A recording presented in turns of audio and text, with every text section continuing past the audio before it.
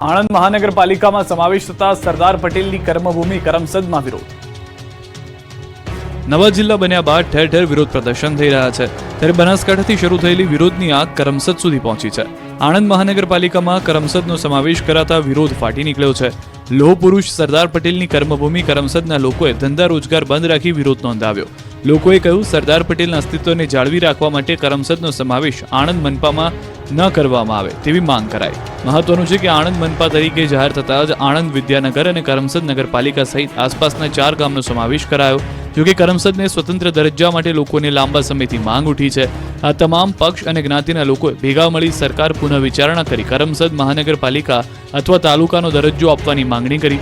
કરમસદ બંધનું એલાન જાહેર કરાતા શહેર બંધ રહ્યું। જો માંગણી નહીં સ્વીકારાય તો આગામી દિવસોમાં વિવિધ કાર્યક્રમો થકી વિરોધ પ્રદર્શન કરવાની ચીમકી આપી। નર્મદામાં દબાણ હટાવાતા થઈ બબાલ, ચેતર વસાવા અને પોલીસ વચ્ચે રકઝક। અમને જવા દો ને સાહેબ, તો ગુલામ થઈ ગયા છો। આવા શબ્દો તમારી જોડે ડિસ્કસ કરવાનું કે તો હું કરવા રોકો છો? અમને જવા દો ને, અમારો અધિકાર છે, અમે અમારું કામ કરીએ છીએ। હું કામ કરો છો એ ક્યાં કહેવાનું છે? તમે હું કરવા રોકો છો? આ બબાલ, રકઝક અને માથાકૂટનું કારણ છે દબાણ। રાજપીપળામાં હરસિદ્ધિ માતાજીના મંદિરની બહાર કમ્પાઉન્ડમાં લારી ગલ્લા હટાવવા માટે સવારથી દબાણની ટીમ પોલીસ સાથે પહોંચી હતી। નગરપાલિકા દ્વારા 15 જેટલી લારી ગલ્લા હટાવી દેતા બબાલ થઈ હતી। મોટી સંખ્યામાં વેપારીઓ ભેગા થઈ ગયા હતા, હોબાળો મચાવ્યો હતો, દબાણ ટીમની કામગીરીમાં અડચણ ઊભી કરી હતી। આમ છતાં પોલીસ બંદોબસ્ત સાથે 15 જેટલી લારી ગલ્લા ટ્રેક્ટરમાં ભરી દીધા હતા। ત્યારે લોકોએ હલ્લાબોલ કરતા મામલો ગરમાયો હતો। લોકોની રોજગારી છીનવતા સ્થાનિકોની મદદથી ધારાસભ્ય ચેતર વસાવા દોડી આવ્યા। નગરપાલિકા કચેરીમાં પ્રવેશ કરવા પ્રયાસ કરતા પોલીસે પાલિકા બહાર કોર્ડન કરી ટોળાને અટકાવ્યા હતા। ત્યારે પોલીસ અને ધારાસભ્ય વચ્ચે રકઝક થઈ હતી। પોલીસ અને ધારાસભ્ય વચ્ચે તૂતુ મહેમે થઈ હતી। ચેતર વસાવાએ પોલીસને ન કહેવાના શબ્દો કહેતા પોલીસ પણ ચેતર પર બગડી હતી। ફરી ભડક્યું પાટીદાર અનામત આંદોલન। હાર્દિક પટેલે કરસનભાઈને લીધા આડે હાથ। અનામત આંદોલન થયું, પાટીદારો જ કરનારા હતા। એમાં શું મળ્યું? ગુજરાતના પાટીદાર અનામત આંદોલનથી સમાજને કશું મળ્યું નથી। પાટીદાર અનામત આંદોલન પર આ વિસ્ફોટક નિવેદન આપ્યું છે ઉદ્યોગપતિ કરસનભાઈ પટેલે। જી હા, અનામત આંદોલનના 10 વર્ષ બાદ પહેલીવાર ઉદ્યોગપતિ કરસન પટેલે અનામત આંદોલનકારીઓ સામે આડકતરી રીતે સવાલ ઉઠાવ્યો। તેમણે કહ્યું કે પાટીદાર અનામત આંદોલન કરનારાઓએ રાજકીય રોટલા શેક્યા છે, જેને લઈને રાજકારણ ગરમાયું છે। હાર્દિક પટેલ પર આડકતરી રીતે કરસન પટેલે ટોણો મારતા વિરમગામના ધારાસભ્ય અને આંદોલનનો યુવા ચહેરો હાર્દિક પટેલે પલટવાર કર્યો। હાર્દિક પટેલે કહ્યું કે પાટીદાર અનામત આંદોલનથી સમાજને શું મળ્યું એ કરસનભાઈને ના ખબર હોય, કેમ કે એ કરોડપતિ છે અને આ આંદોલન ગરીબ પાટીદાર પરિવારો માટે હતું। કરસનભાઈ જેવા અનેક આગેવાનો એવા છે કે જે દર 10, 15, 20 દાડા થાય એટલે સમાજને લેવા કડવાના ભાગોમાં વહેંચતા હોય।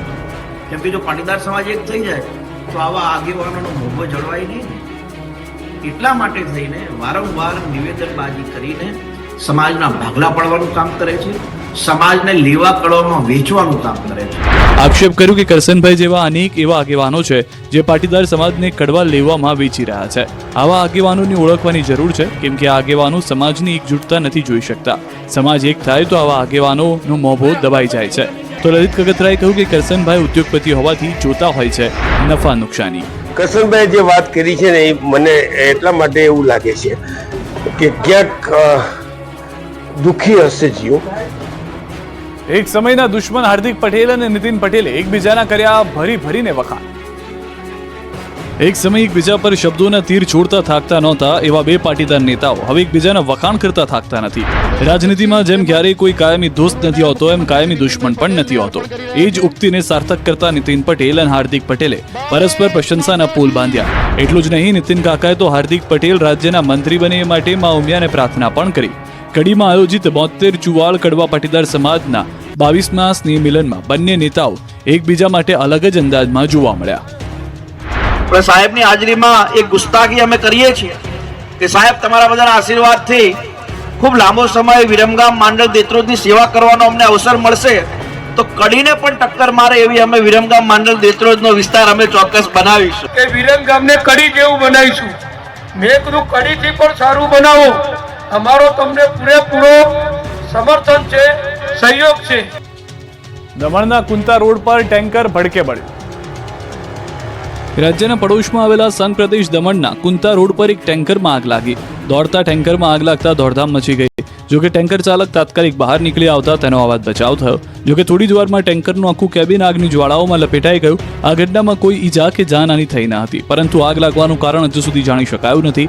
ઘટનાને કારણે ટેન્કરમાં લાગેલી આગને જોતા જ આસપાસના લોકો એકઠા થયા અને આગ પર કાબુ મેળવવા પ્રયાસ કર્યા. આખરે ભારે જહેમત બાદ આગ પર કાબુ મેળવવામાં આવ્યો. જોકે પહેલા ટેન્કરનું કેબિન બળીને ખાક થઈ ગયું હતું. ઘટનાને કારણે થોડા સમય સુધી આ રોડ પર વાહન વ્યવહારને પણ અસર થઈ હતી. મોરબી માળિયા હાઈવે ઉપર કાવા મારતા નીકળેલો ટ્રક ચાલક ઝડપાયો. દારૂ પીને કંઈક આ રીતે કાવો મારતો ટ્રક ચાલક નીકળ્યો. સ્ટંટબાજીના અને સર્પાકાર રીતે રોડ પર દોડતા ટ્રકના દ્રશ્યો છે મોરબી માળિયાના. માળિયા હાઈવે ઉપર પૂરપાટ ઝડપે કાવા મારી નીકળેલા ટ્રક ચાલકે આતંક મચાવ્યો. દારૂ પીને ટ્રક ચાલક હાઈવે ઉપર અન્યની જિંદગી જોખમાય તે રીતે પૂરપાટ ઝડપે પોતાનો ટ્રક આડાઅવળા કરવા લાગ્યો હતો અને રોડ પર દહેશત ફેલાવી હતી. એક બે વાહન ચાલક તો ટ્રકની અડફેટે આવતા રહી ગયા, પરંતુ ટ્રક ચાલક એટલો નશામાં હતો કે તે સ્ટીયરિંગ પર કાબુ રાખી શક્યો નહીં. થોડે આગળ જઈને રોડ પર પલટી ગયો હતો. આ રીતે દારૂડિયાના ભગવાને તુરંત હિસાબ કરી નાખ્યો. વિડીયો વાયરલ થતાં જ પોલીસ પહોંચી હતી. પોલીસે ટ્રક નંબર ઉપરથી કચ્છની મોટી મઉ ગામના ટ્રક ચાલક સતાર કસમ સમા નામના શખ્સને ઝડપી લીધો. પોલીસે અકસ્માતગ્રસ્ત ટ્રક કબજે કર્યો. ઓનલાઈન ગેમમાં હારી જતા સુરતના યુવાનોએ તોડ્યું એટીએમ. જો તમારું બાળક ઓનલાઈન જુગારના રવાડે તો નથી ચડી ગયું ને? કેમ કે સુરતમાં માતા પિતા માટે લાલબત્તી સમાન કિસ્સો જોવા મળ્યો. ઓનલાઈન ગેમ હારી જતા યુવકે એટીએમ તોડીને ચોરીનો પ્રયાસ કર્યો. સુરતના અઠવા લાઇન્સ પોલીસ મથક વિસ્તારમાં એટીએમમાંથી ચોરીની ઘટના બની, જેના સીસીટીવી સામે આવ્યા. આરોપી ફ્રી ફાયર ગેમમાં 14,000 રૂપિયા હારી ગયો, જેથી માતાના મોબાઈલમાંથી ઓનલાઈન રૂપિયા ગેમિંગ ઝોનમાં ટ્રાન્સફર કર્યા. જોકે માતાને ખબર ન પડે તે માટે આરોપીઓએ ચોરીનો પ્લાન બનાવ્યો અને એટીએમ તોડીને ચોરીનો પ્રયાસ કર્યો. જોકે પોલીસે આ ગુનામાં એક બાળ ગુનેગાર સહિત 2 લોકોની ધરપકડ કરી લીધી છે. ભાવનગર યાર્ડ ડુંગળીથી છલકાઈ ગયું. 2 લાખ ગુણી કરતા વધુની આવક. ભાવનગર માર્કેટિંગ યાર્ડમાં ડુંગળીની મબલખ આવક થઈ. માર્કેટ યાર્ડ લાલચોળ ડુંગળીથી છલકાયું. યાર્ડમાં ડુંગળીની મોટા પ્રમાણમાં આવક થવાથી માર્કેટિંગ યાર્ડ હાઉસફુલ થયું. યાર્ડની બહાર રોડ પર ડુંગળી લઈ આવતા વાહનોની લાંબી કતારો લાગી. યાર્ડમાં ડુંગળીની 2 લાખ કરતા વધુ ગુણીની આવક થતા નારી ચોકડી નજીક સબ યાર્ડમાં ડુંગળી ઉતારવા માટે વૈકલ્પિક વ્યવસ્થા કરાઈ. મોટી સંખ્યામાં ખેડૂતો પોતાનો માલ લઈને પહોંચતા રોડ પર 2 થી 3 કિલોમીટર વાહનની કતાર લાગી. કડકડતી ઠંડીમાં ખેડૂતો પોતાના પાકને લઈને પહોંચ્યા હતા. એક સાથે 2 લાખ કરતા વધુ ગુણીની આવક થતા યાર્ડમાં પગ મૂકવાની પણ જગ્યા બચી ન હતી. જોકે ખેડૂતને ભાવ હાલમાં ગુણવત્તા પ્રમાણે મળી રહ્યા છે, પણ આગામી દિવસોમાં ડુંગળીની આવકમાં વધારો થવાની શક્યતાઓ દર્શાવાઈ રહી છે. ત્યારે ભાવ ઘટી શકે છે. હાલમાં 7 રૂપિયાથી લઈને 25 રૂપિયા કિલો ડુંગળી વેચાઈ રહી છે, એટલે કે ડુંગળીના મણના ભાવ 150 થી લઈને 500 રૂપિયા મળી રહ્યા છે. બીજી તરફ સૌરાષ્ટ્રના મોટા ગણાતા ગોંડલ માર્કેટિંગ યાર્ડમાં નવા લસણની સિઝનની આવક શરૂ થઈ ગઈ છે. 3 ખેડૂત 15 કટ્ટા લસણ લઈ આવ્યા હતા. નવા લસણની હરાજી પહેલા પૂજા વિધિ કરવામાં આવી હતી. મુહૂર્તના 20 કિલોના ભાવ ₹3,511 બોલાયો હતો. આમ તો માર્કેટ યાર્ડમાં રેગ્યુલર લસણના 5,000 કટ્ટાની આવક સાથે 20 કિલોનો ભાવ ₹2,500 થી 3,500 સુધીનો બોલાયો હતો. ગોંડલ માર્કેટિંગ યાર્ડમાં રાજકોટ સહિત આસપાસના ગામના ખેડૂતો આવે છે.